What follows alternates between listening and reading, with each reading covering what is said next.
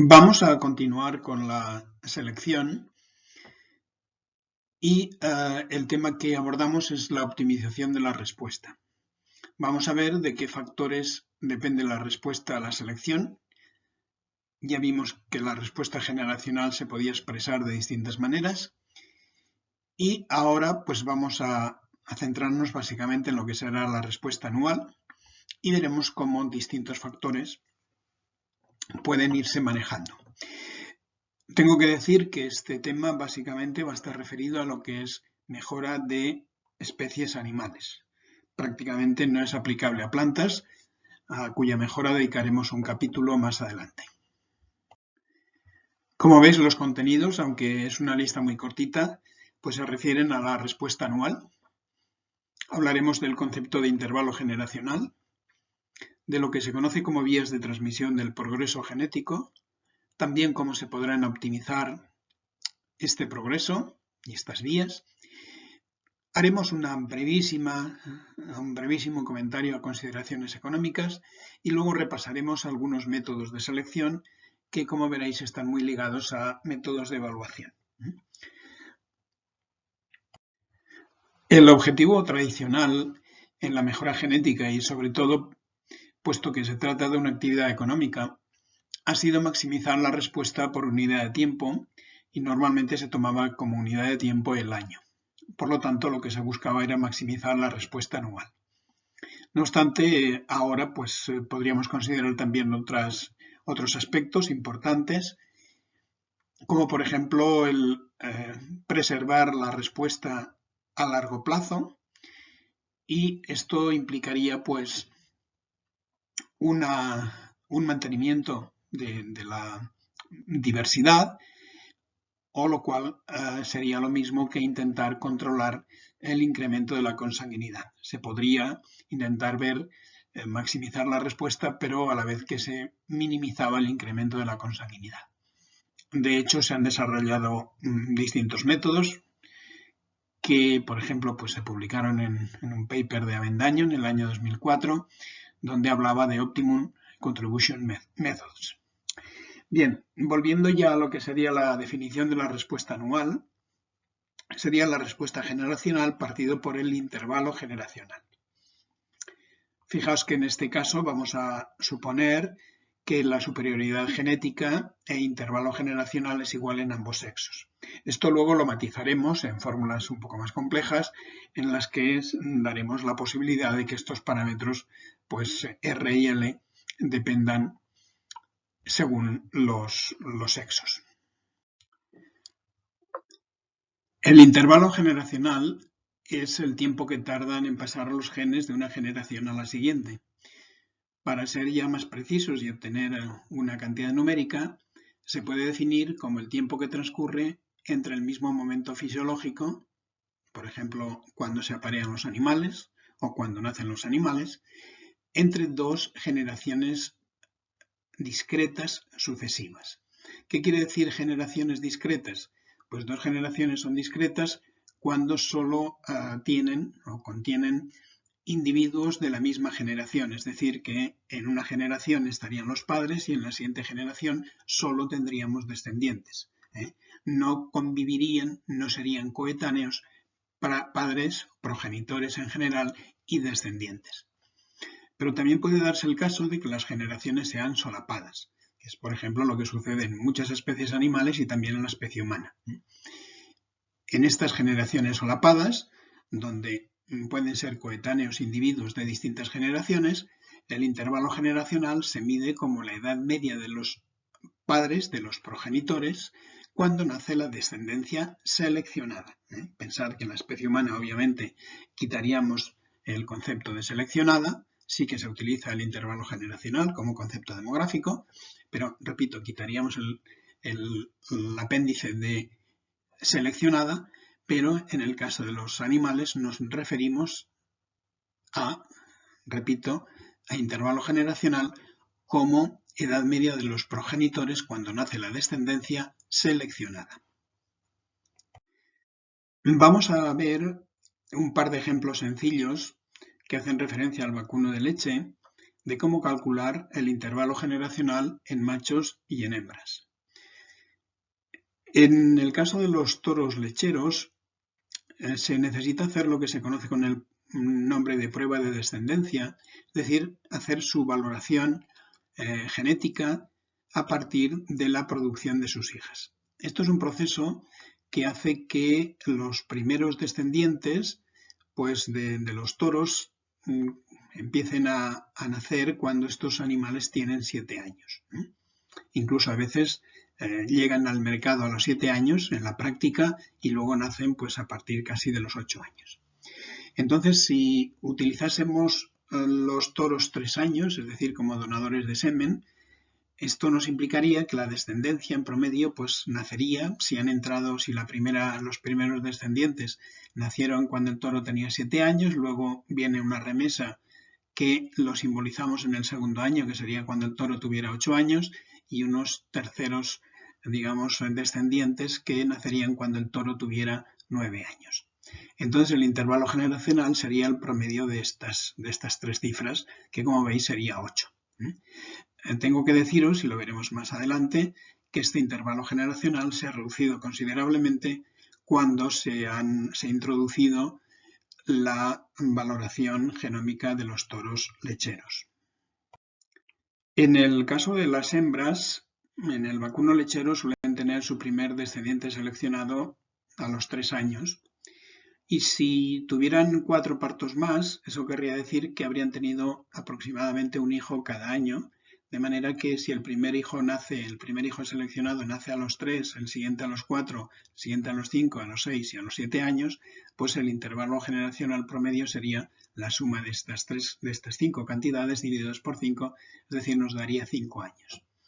Tengo que deciros que en la actualidad son muy pocas las vacas que realmente tienen 5 descendientes, puesto que la mayoría de ellas pues dan 1, 2, máximo 3 descendientes, con lo cual los intervalos entre partos se tienen que reducir por esta cuestión puramente, digamos, productiva. Son más pequeños que este promedio de 5, pero al menos puede servir como ejemplo para hacer el cálculo. Os presento aquí unas cifras que pretenden ilustrar lo que se conoce como las 4 vías de transmisión del progreso genético. Las cifras corresponden a una raza ovina que se llama Lacon, es una raza francesa.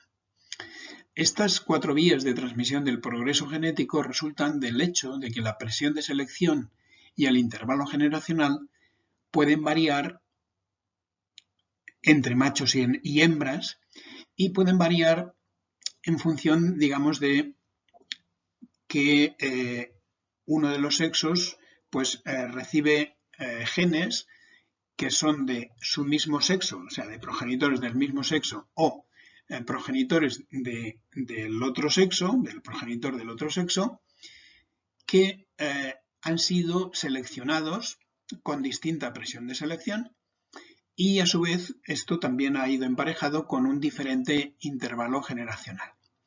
Así, por ejemplo, tendríamos que los machos, si vemos la línea de abajo, resulta que procederían de machos cuya presión de selección fue el 15% y con un intervalo generacional de 5,5 años.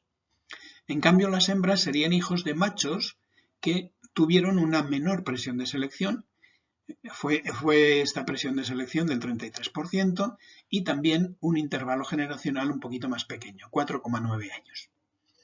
En el caso de las hembras sería un 10% la presión de selección que se hace para, digamos, obtener machos, es decir, lo podemos entender como que los machos de la siguiente generación pues solo se obtienen del 10% mejor de las hembras. Esto iría emparejado con un intervalo generacional de 4,5 años. En cambio, fijaos que, como en el caso de los ovinos se necesitan muchas hembras para la reposición, la presión de selección que se puede hacer en la vía hembra a hembra, es decir, las hijas que habitualmente, las hijas que se quedan para reposición, pertenecen al 70% mejor de la población de sus madres. Obviamente la presión de selección en este caso pues es bastante baja. como contrapartida, el intervalo también es bastante bajo. Podréis preguntaros, bueno, ¿y cómo se saben estos datos? Son puramente experimentales, ¿eh? Son datos que se obtuvieron a partir del análisis de multitud de datos que se tenían registrados de esta raza. ¿Cómo se relacionan la respuesta y el intervalo generacional? Aquí tenemos unos valores, pero no hemos hablado de cuál sería la respuesta. Pues lo vamos a ver a continuación. Vamos a hablar ahora de la respuesta anual. La respuesta anual que se puede predecir si conocemos la respuesta generacional y también el intervalo generacional. Ya hemos visto antes una primera aproximación que consistía en asumir que la respuesta de los machos y de las hembras era la misma y que el intervalo generacional de los machos y de las hembras era el mismo. Bien, supongamos ahora que los machos se pueden seleccionar con una mayor intensidad de selección, hacer una mayor presión también, entonces la respuesta de los machos posiblemente vía macho sería mucho más importante, es decir, el valor genético medio de los machos seleccionados sería superior al valor genético medio de las hembras seleccionadas, que a fin de cuentas es la respuesta a la selección. También podría ser que los intervalos generacionales fueran distintos en machos y en hembras, ¿no? Y entonces lo que tenemos que hacer para calcular la respuesta anual esperada es, como veis, sumar la respuesta de los machos y de las hembras y dividirlo por la suma del intervalo generacional de los machos y de las hembras.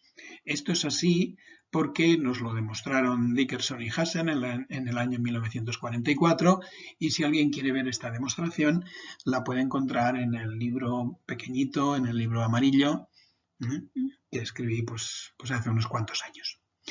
De la misma forma que sucede cuando consideramos cuál es el valor genético de los machos y el valor genético de las hembras, la superioridad genética de los machos, la superioridad genética de las hembras, que esto sería también otra forma de ver la respuesta, podríamos intentar ver cuál sería la respuesta anual cuando se considera que los machos que dejan machos, o la subpoblación de machos que deja machos es distinta que la subpoblación de machos que dejan hembras. Pueden tener, obviamente, elementos comunes, pero normalmente la subpoblación de machos que deja como descendientes machos normalmente es más seleccionada que la subpoblación de machos que dejan hembras. Y lo mismo puede suceder con las hembras. Las hembras que dejan machos normalmente son una subpoblación mucho más seleccionada, con una presión muy superior, como hemos visto anteriormente, que las hembras que dejan hembras. Entonces, en este caso, ¿cómo sería la fórmula? Pues la respuesta anual sería semejante a la anterior, la demostraron Renderer y Robertson, también lo tenéis en el librito amarillo, el que quiera la respuesta, el que quiera ver cuál es la demostración de esta fórmula, el razonamiento por el cual se llega a esta fórmula, y lo que sí que vemos es que la respuesta anual, en este caso, sería la respuesta de los machos que dejan machos, de los machos que dejan hembras, es decir, de la subpoblación también de hembras que dejan machos, de la subpoblación de hembras que dejan hembras, ¿no?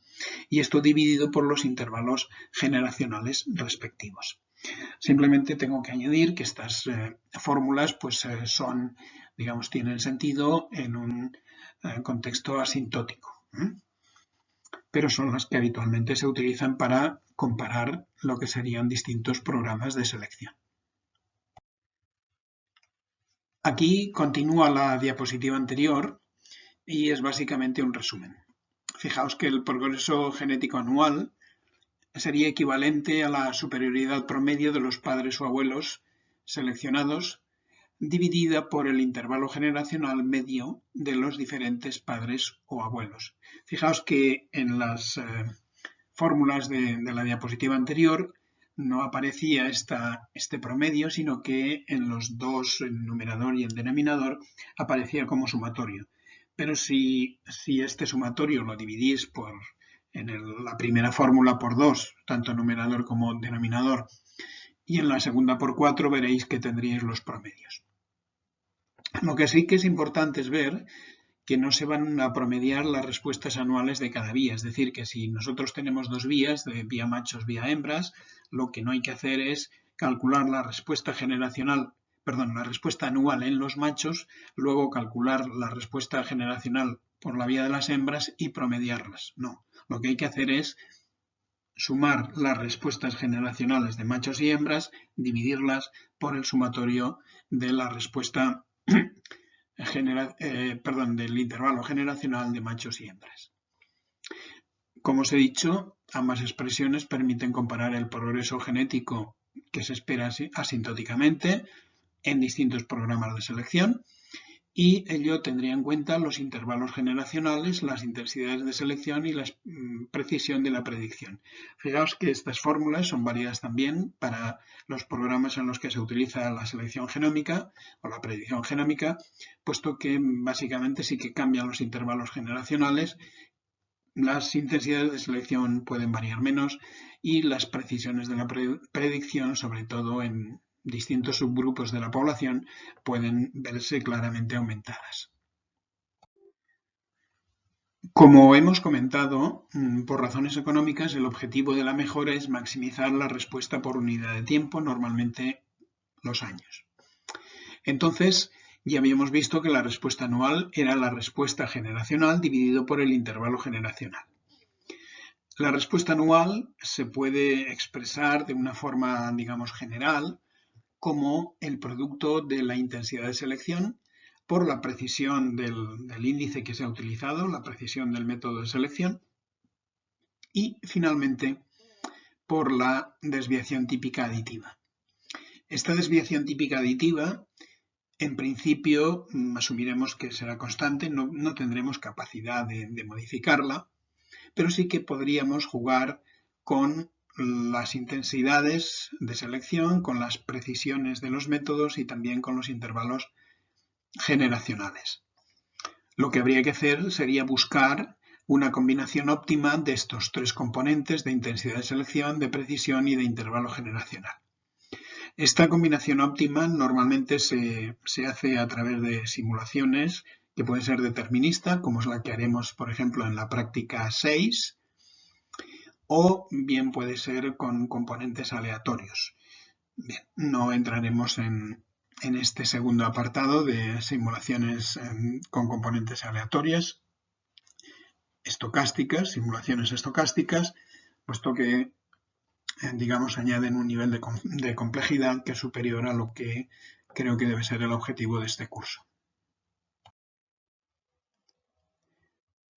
Si bien las relaciones entre la intensidad, la precisión y el intervalo generacional son propias de cada una de los sistemas productivos y de cada una de las especies, sí que podemos comentar algunas relaciones generales o algunas ideas generales sobre las relaciones entre dos de estos componentes de la respuesta. Y podemos comenzar por la intensidad y la precisión. Una cosa que habéis visto tanto en clase de teoría, pero sobre todo en las clases de problemas, hemos visto cómo la precisión aumenta con el número de medidas por animal. Sería el caso, por ejemplo, de medir 3 partos de una cerda versus medir solamente el número de nacidos en un primer parto, por ejemplo. O también con el número de parientes medidos. Por ejemplo, si un toro se evalúa con 20 descendientes, pues tiene una menor precisión que si se evalúa con 100, con 200, con 1000 descendientes. Uno de los problemas que suelen tener los programas de mejora y que tuvieron en su inicio fue que debían contar con un presupuesto limitado, y esto pues restringiría el número de animales medidos. Bien, esto en buena medida y en distintas especies se ha paliado, puesto que una buena parte de la selección se hace con animales, prácticamente sí, una parte muy importante, se hace con animales que están en la granja. Y entonces los controles de rendimiento se hacen en la granja, que además pues estos controles de rendimiento pues permiten organizar mejor la producción en la granja, pero como digo también sirven para hacer la valoración genética de los animales que están produciendo en la granja. Entonces, esto ha venido, pues como conocéis, siendo facilitado por el hecho de la adopción de tecnologías tipo Bloop o metodologías tipo Bloop y ya recientemente pues la incorporación de la predicción genómica. En algunos caracteres, como por ejemplo calidad de la carne, se ha intentado, y todavía se sigue haciendo, la selección por lo que se llaman colaterales, que serían básicamente hermanos.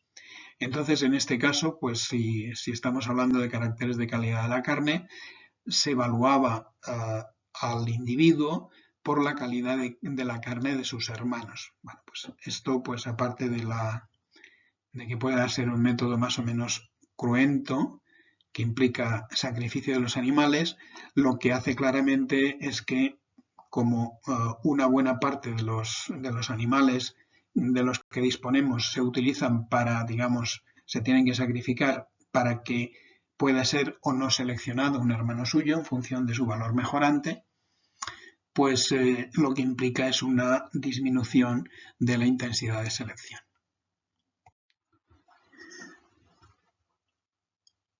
Respecto a las relaciones entre la intensidad y el intervalo generacional, es obvio que la respuesta anual aumenta cuando disminuye el tiempo de utilización de los animales, en concreto, pues cuando disminuye el intervalo generacional.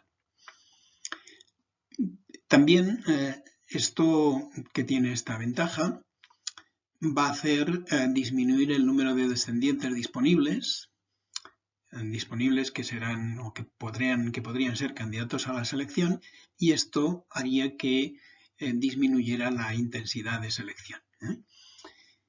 Bien, otro de los factores que puede afectar al intervalo generacional es que las especies sean poco prolíficas o sean muy prolíficas. Si son poco prolíficas, tendríamos un mayor intervalo generacional, y si son más prolíficas tendríamos un menor intervalo generacional. Esto se debería a que el tiempo para tener un gran número de descendientes candidatos a la selección, pues en las especies prolíficas sería mucho más corto que en las especies poco prolíficas. Luego también hay otro factor de naturaleza biológica que afecta al intervalo generacional, pero que no está estrictamente, digamos, implicado en la intensidad de selección.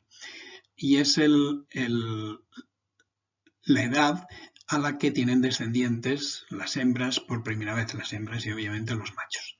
Fijaos que en las tres fotografías que os he puesto tenemos que una coneja pues puede tener descendientes con menos de un año, solamente con varios meses. Una oveja ya no seríamos casi al año y medio, 2 años. Esto sería una oveja de una raza que se llama Corriedale, es una oveja australiana. Y obviamente en el caso de una yegua pues sí que nos iríamos prácticamente a los 3 años para tener el primer descendiente.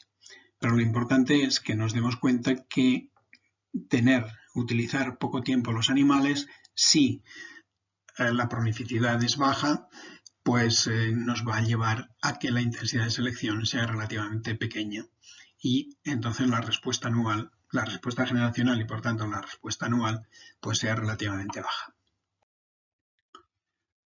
Respecto a la relación entre la precisión y el intervalo generacional, cabe decir que la prueba de descendencia, es decir, la valoración, por ejemplo, de un toro lechero a través de sus hijas, normalmente lleva asociada una elevada precisión. Cuando tenemos cientos, miles de hijas, pues la precisión supera el 90%, pero a cambio pues se alarga el intervalo generacional. Una precisión, o mejor dicho, una prueba de descendencia de toros, pues lleva 6 años, de forma que cuando aparece el toro en el mercado prácticamente tiene 7 años.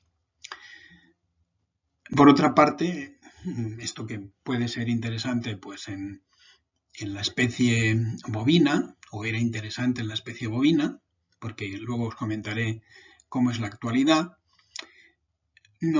puede no ser interesante, y de hecho no es interesante en el caso de los porcinos. En el caso de los porcinos, la prueba de descendencia no tiene prácticamente ningún interés para caracteres productivos y de la canal, sino que prácticamente con su valor fenotípico pues es suficiente, ya tenemos una suficiente precisión y no vale la pena incrementar la precisión si para ello tenemos que aumentar el intervalo generacional. Es decir, si la precisión la tenemos que obtener a partir de tener descendientes, esto nos llevaría a un aumento del intervalo generacional y esto se ha visto en distintas simulaciones en cerdos que no es conveniente, no es favorable. Lo que se recomienda en este caso sería que se realice una evaluación individual y que la rotación sea muy rápida. Es decir, que los animales estén, digamos, tengan una vida corta, dejen descendencia y rápidamente den paso a las siguientes generaciones. Bien, en resumen, ¿qué podemos decir? Pues que hemos dado una serie de ideas generales que pueden servir como, digamos, planteamiento global, pero que lo que tendremos que hacer es en cada uno de los casos buscar y comparar cuál es la mejor alternativa. ¿Cuál es la alternativa realista? A veces incluso no es la mejor, sino que a veces alternativas subóptimas, próximas a las óptimas, pueden ser más fáciles de llevar a la práctica y entonces esta facilidad nos puede, pues, digamos, justificar que perdamos un poquito de respuesta, pero que en el fondo pues tengamos unos costes menores. Es decir, que tendríamos que considerar todas estas ideas en un contexto de las condiciones de producción. Hemos comentado que la mejora genética es una actividad económica y como toda actividad económica debe tener como criterio fundamental optimizar la ganancia económica. Por lo tanto, elegiremos un programa u otro en función de que se optimice más la ganancia económica o no. Tenemos que buscar por ello lo que sería un óptimo entre el progreso genético esperado y también el coste económico del programa. Tal vez algunos de vosotros tengáis algún conocimiento de economía y sepáis, o por curiosidad simplemente de lectores de periódicos, hayáis visto que los precios tienden a subir a lo largo del tiempo por la pura dinámica económica, aunque realmente en los últimos años esto no ha sido así. Pero en una situación en la que habitualmente los precios suben de forma regular, lo que hace esta subida de precios, que se conoce con el nombre de inflación, lo que hace es depreciar lo que serían, digamos, las inversiones realizadas en años atrás. Y entonces el valor de estas inversiones no sería el que realmente, el nominal que tuvo en su momento, sino que estas inversiones deberían actualizarse a lo que serían los, digamos, el valor actual, teniendo en cuenta la inflación y aplicando esta fórmula que corresponde a la tasa de actualización. Entonces, la ganancia esperada, pues la tendríamos que referir o la tendríamos que ajustar en función de los valores actualizados de las de las inversiones realizadas. Bien, esto no hace falta que os aprendéis, como os he dicho, las fórmulas, ni que seáis unos super expertos en economía, sino simplemente que tengáis en cuenta que esto es una consideración general en cualquier actividad económica y, por tanto, en la mejora. Vamos a iniciar un breve repaso de lo que serían los distintos métodos de selección, que básicamente están relacionados con los índices de selección o bien con las metodologías Bloom o bien con la predicción genómica. Entonces comenzaremos con los primeros, digamos que serían aquellos relacionados con la metodología de índices de selección. Podemos hacer lo que se conoce con el nombre de selección individual, fenotípica o masal. Estos 3 nombres los podéis encontrar y consiste en elegir los individuos a partir de su fenotipo. Fijaos que desde una perspectiva de índice sería equivalente a elegir los individuos por un índice en el que el índice nos habría dado el valor, una predicción del valor mejorante del individuo. Pero lo que está claro es que el ranking que nosotros haríamos con las predicciones de los valores mejorantes sería el mismo que habríamos hecho con las predicciones, perdón, con los valores fenotípicos que nosotros habíamos observado. Entonces, ¿cuándo puede ser útil este tipo de selección? Pues se ha comprobado que es buena, tiene una buena precisión para caracteres de heredabilidad elevada o media. Recordad que la precisión en este método de selección individual, repito que es un equivalente a un índice con una sola medida por individuo, la precisión es precisamente la raíz cuadrada de la heredabilidad. Entonces, si la heredabilidad es del orden de 0,5, pues fijaos que su raíz cuadrada es del orden de 0,7, que sería una precisión considerablemente alta. Es simple de llevar a la práctica porque solamente se necesita evaluar o medir los individuos. Normalmente lleva intervalos generacionales cortos, obviamente depende de la especie, pero siempre si solo se toma una medida por cada individuo, pues, y no tenemos que esperar a otros parientes, pues el intervalo generacional puede ser corto. Comparativamente con otros métodos es poco costosa y es útil para caracteres que se expresan en los dos sexos.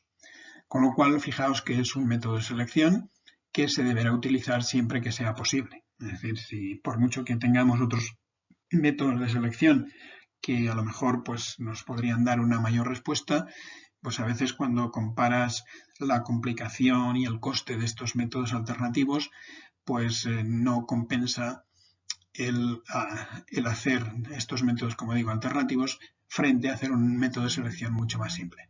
Por lo tanto, se utilizará siempre que sea posible y de hecho esto es lo que hacen en muchos programas de mejora.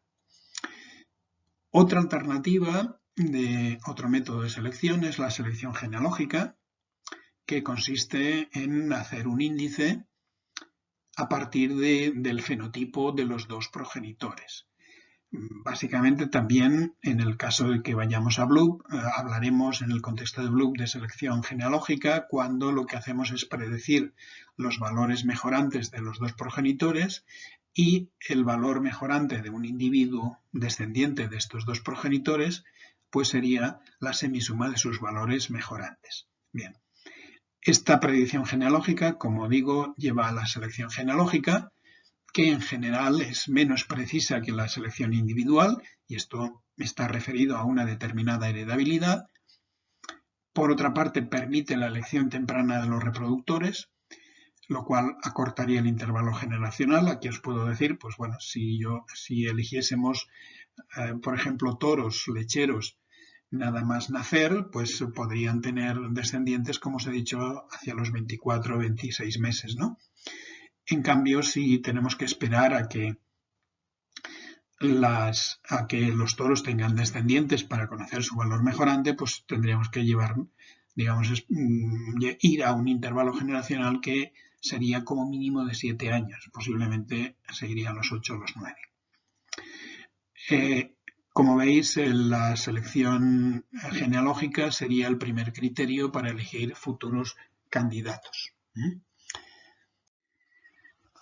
Otra alternativa es la selección por colaterales. Colaterales se refiere en general a hermanos o medios hermanos y se utilizan, por ejemplo, para caracteres no medibles en el candidato, como por ejemplo los caracteres de calidad de la carne.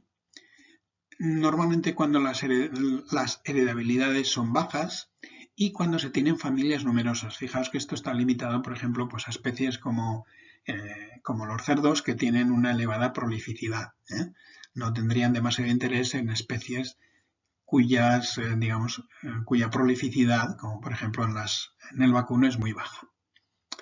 Permiten un intervalo generacional corto, pero a pesar de que se tengan familias grandes, pues podemos tener problemas para tener una intensidad de selección importante. Es decir, que al tener que utilizar muchos animales, como os he dicho antes, para evaluar un candidato, pues tendremos pocos candidatos a la selección y podremos aplicar una presión de selección relativamente reducida a estos candidatos. Otro método pues, es la selección por descendencia y sería utilizable pues, para para caracteres no medibles en el candidato a la selección. Como habéis visto, es muy precisa. Si se tienen familias grandes de individuos, por ejemplo, en el caso de los toros lecheros, se pueden tener pues desde decenas, centenas, incluso millares de hijas para hacer la evaluación de estos individuos. Funciona bien con valores, incluso con valores bajos o medios de heredabilidad. Es importante optimizar el número de descendientes medidos y esto pues estaría relacionado con la intensidad de selección. Y el inconveniente que tiene es que va a llevarnos a intervalos generacionales largos y el coste pues, va a ser también elevado. Vamos a ver los dos últimos métodos de selección en el contexto de los índices de selección. Uno de ellos sería la selección intrafamiliar, que consiste en elegir un individuo de cada una de las familias. En concreto, un individuo, el mejor individuo de cada familia. Es decir, de cada familia descendiente de un macho, elegiríamos el mejor macho hijo de ese macho. De la familia descendiente de una hembra, elegiríamos la mejor hembra hija de esa hembra. Entonces, ¿cuándo puede ser útil este sistema de selección? Pues en general si hay ambiente común. Fijaos que estos, por ejemplo, cuando hay efectos maternos, esto nos paliaría el efecto distorsionador en lo que sería la predicción del valor mejorante y nos paliaría esta posible distorsión. Y se suele utilizar cuando se quiere limitar la tasa de consanguinidad, porque, como no sé si os lo han explicado en genética de poblaciones, una de las formas de limitar la tasa de consanguinidad es precisamente elegir un descendiente macho de cada familia macho y un descendiente hembra de cada hembra, ¿no? Entonces, como os digo, permitiría limitar la tasa de consanguinidad, lo cual la haría útil para programas de conservación donde el número de individuos no es excesivamente elevado. Y el problema que tendremos con este tipo de selección es que la precisión del método en general es débil y la respuesta en general tampoco es excesivamente elevada. Aquí os he puesto como un ejemplo de una población que podría estar en programa de conservación, una cabra de la sierra de Cardó, de Tarragona, que sería la cabra de Rasquera. Y otro tipo de selección que se ha utilizado, ahora ya se ha saltado a lo que sería el concepto genérico de Bloom, pero la selección familiar se utilizó mucho, como habéis visto, en aves, en concreto en broilers, en pollos de carne. ¿En qué consistía? Pues en vez de elegir un individuo por cada familia, como en el caso anterior, lo que hacíamos era elegir todos los individuos de una familia como reproductores de la siguiente generación, ¿no? Elegíamos las mejores familias. ¿Cuál es el problema que tiene? Pues obviamente que nos va a aumentar la tasa de consanguinidad. Se ha visto que es eficaz para valores bajos de heredabilidad cuando los efectivos familiares son grandes, es decir, los tamaños familiares son grandes, y cuando no hay ambiente común, ¿no? En esas condiciones se utiliza la selección familiar, que como os digo se ha utilizado mucho en la selección de las aves. La definición de los métodos de selección que acabamos de ver es interesante y es conveniente porque permite estructurar distintas formas de abordar la selección. No obstante, desde que tenemos la metodología Bloom, pues básicamente la metodología GLUB ha subsumido, ha engullido a todos estos métodos de selección, puesto que en la selección a través de GLUB, pues básicamente vamos a hacer, digamos, nos vamos a encontrar situaciones en las que pues hay individuos que tienen descendientes, hay individuos que solo tengan información propia, hay individuos que tengan varias informaciones propias. Se conocerá también la información de los parientes, es decir, que la selección GLUB implicaría pues como una mezcla de los distintos métodos de selección que hemos visto anteriormente. Entonces, esta selección GLUB se ha visto que es eficaz para comparar directamente animales de distintos ambientes, como ya os comenté en su día. Optimiza el uso de la información de parientes. Recordad que en las ecuaciones GLUB se podía incluir la inversa de la matriz de parentesco y esto ligaba toda la información de los individuos emparentados. Se ha visto que en general pues tiene buena precisión. No todos los individuos tienen la misma precisión, depende de la información que tienen. Es decir, un macho que tenga muchos descendientes pues tendrá una elevada precisión en la predicción de su valor mejorante. En cambio, pues una hembra pues que tenga solo 2 descendientes pues tendrá una precisión menor. Una hembra que tenga 5, digamos, observaciones propias pues tendrá mejor precisión que una hembra que solo tenga una observación propia, ¿no? En general da una respuesta superior a otros métodos y esto distintos trabajos de simulación que se hicieron en la década de los 80 y de los 90 lo probaron, ¿no? Obviamente requiere una considerable organización, tanto a nivel de ganaderos como a nivel de organizaciones de mejora, y tiene un inconveniente, que es que se ha comprobado por métodos de simulación que tiende a elegir los individuos de unas pocas familias. Es decir que, aunque no es estrictamente una selección familiar, sí que tendería a comportarse en cierta medida como una selección familiar. Es decir, tendería a elegir individuos de unas pocas familias. Esto nos llevaría a un incremento de la consanguinidad y esto nos podría originar los efectos negativos que conlleva la depresión por consanguinidad. A título de comentario, por ejemplo, si estamos en el caso de los cerdos y estamos seleccionando prolificidad, pues un compañero, otro profesor español que se llama Miguel Toro, pues llegó a la conclusión de que el GLUB en poblaciones pequeñas podía no ser interesante. Por ejemplo, en los cerdos deberían tener al menos 400 hembras y 40 machos para seleccionar por prolificidad. Bien, esto fue una cosa importante cuando en el año 1888 se presentó este trabajo, porque, por ejemplo, en las empresas de cerdos solo se estaba seleccionando básicamente por crecimiento diario y índice de conversión, también por caracteres de la canal, y las poblaciones, los núcleos de selección en general eran pequeños, eran del orden de 100-150 animales. Entonces esos núcleos obviamente no eran válidos para la selección por prolificidad.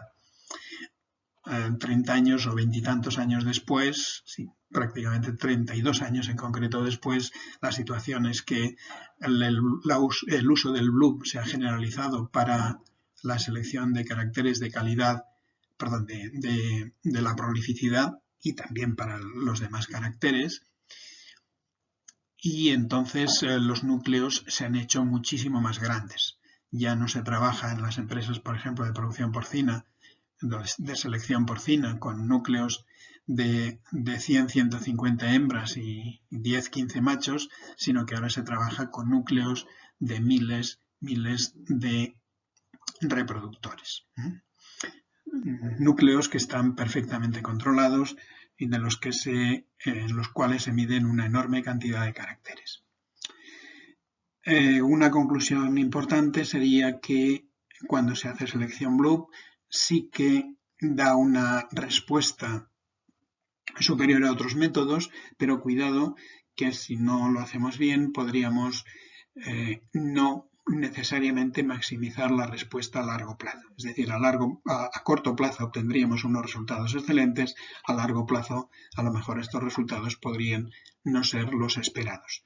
A pesar de ello, os puedo garantizar que la predicción a través de Bloop se ha generalizado y ahora pues lo que se hace es se ha enriquecido con la información genómica que os comenté y hemos pasado a una predicción genómica que incluye también, como os comenté, la predicción Bloop.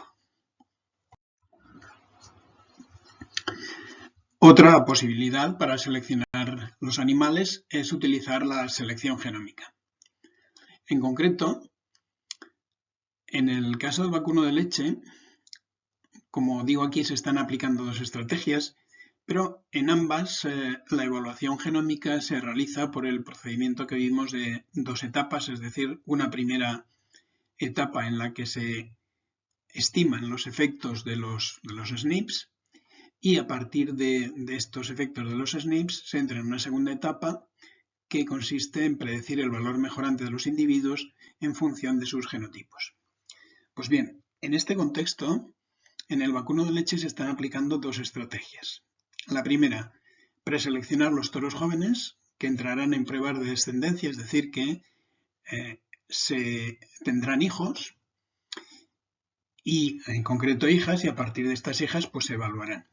Pues bien, esta preselección antes se hacía a través del índice genealógico, es decir, la semisuma de los valores mejorantes de los dos progenitores, y ahora a este índice genealógico se le incorpora la información genómica.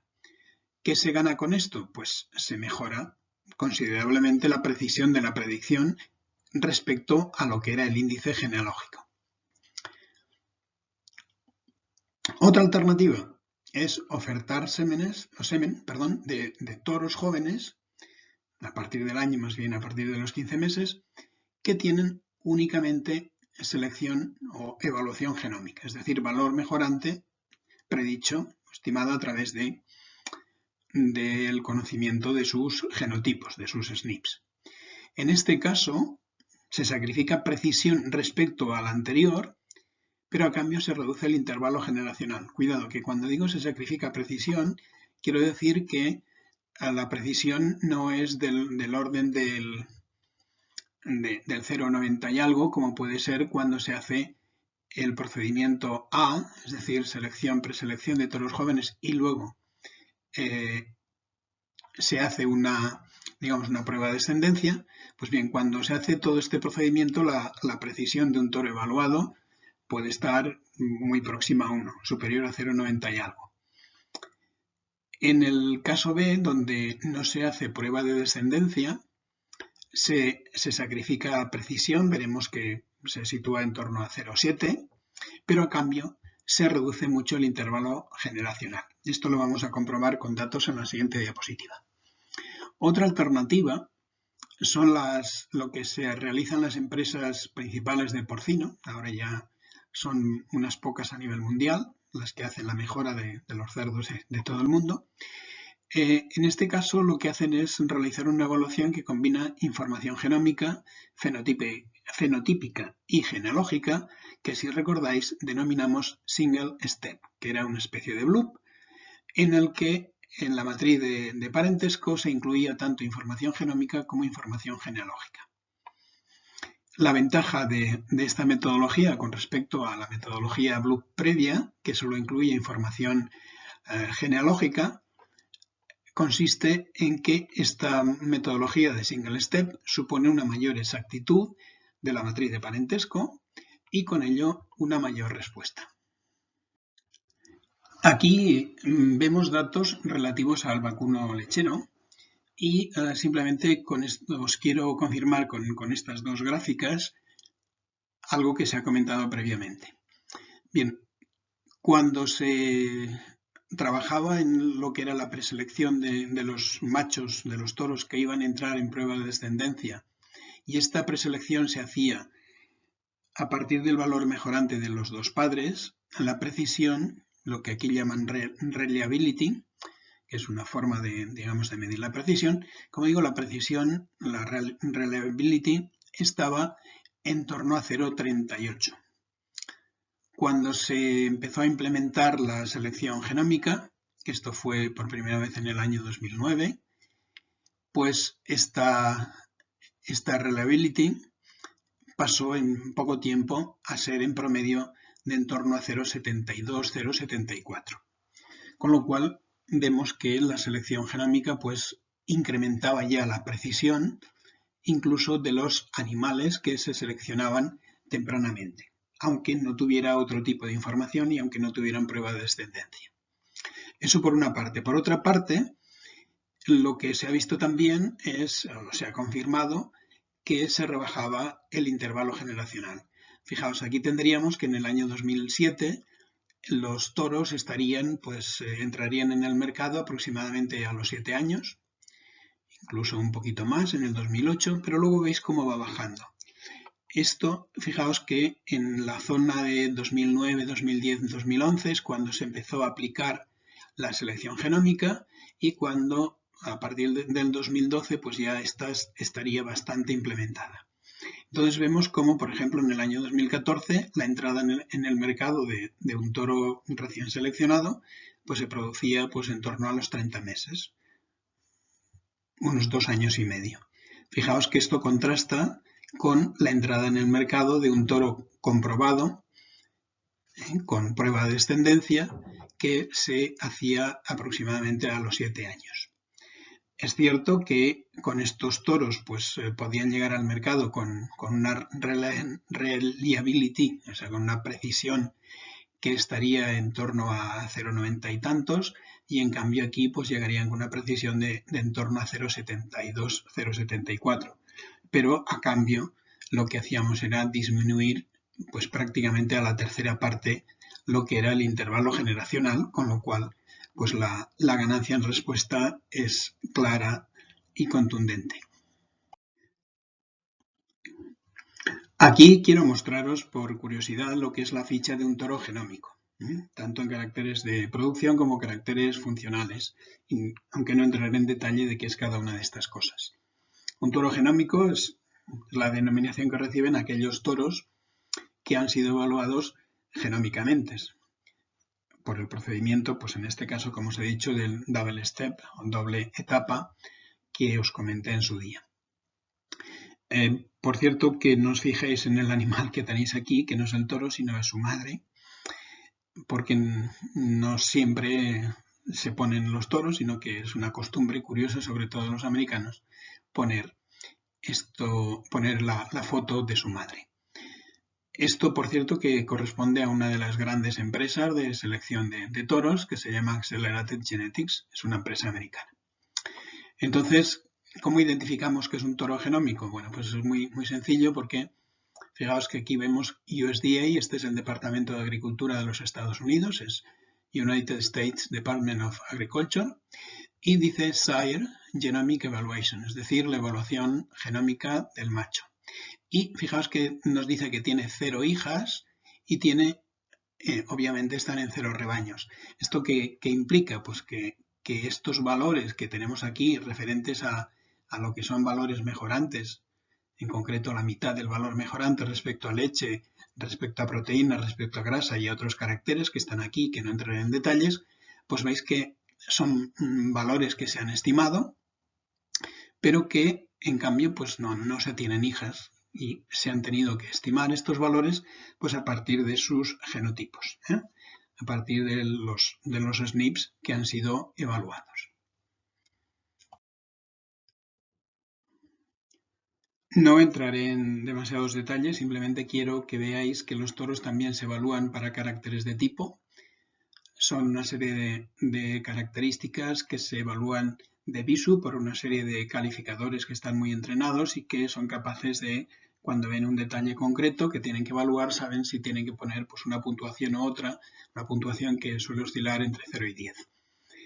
Entonces, una vez que, con todos estos caracteres, que actúan también como caracteres cuantitativos, pues se puede hacer una predicción genómica por el procedimiento de doble etapa que os he comentado, y se representan los resultados en vez de números que son bastante farragosos, pues se hace una representación a través de una especie de histograma, ¿no? Entonces aquí lo que veríamos pues sería, por ejemplo, en dos casos sencillos.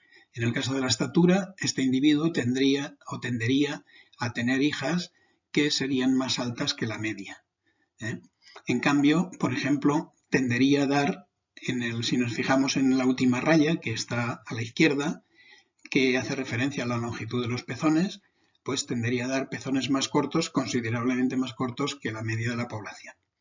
Entonces, simplemente viendo esta gráfica, los ganaderos y los técnicos que los asesoran pueden hacer una valoración de cuáles son los toros que pueden interesar en su ganadería en concreto.